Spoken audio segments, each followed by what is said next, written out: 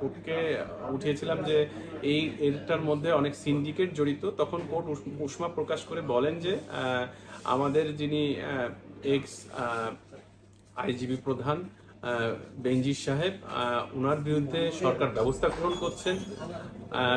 আমাদের যিনি আর্মির চিফ আজিজ সাহেব, ওনার বিরুদ্ধে ব্যবস্থা গ্রহণের জন্য বলছেন, এবং এনবিআর এর ঊর্ধ্বতম কর্মকর্তা এদের বিরুদ্ধে ব্যবস্থা গ্রহণের কথা বলছেন। সেই জন্য আমরা এসব ব্যাপারে সচেষ্ট আছি, এবং আমরা যথাযথ যাতে ব্যবস্থা গ্রহণ করেন নির্দিষ্ট কর্তৃপক্ষ, সেই জিনিসগুলো যখন আমরা কোর্টের কাছে নিয়ে আসি, কোর্ট সেইভাবে এন্টারটেইন করেন মর্মে বলা হয়েছে।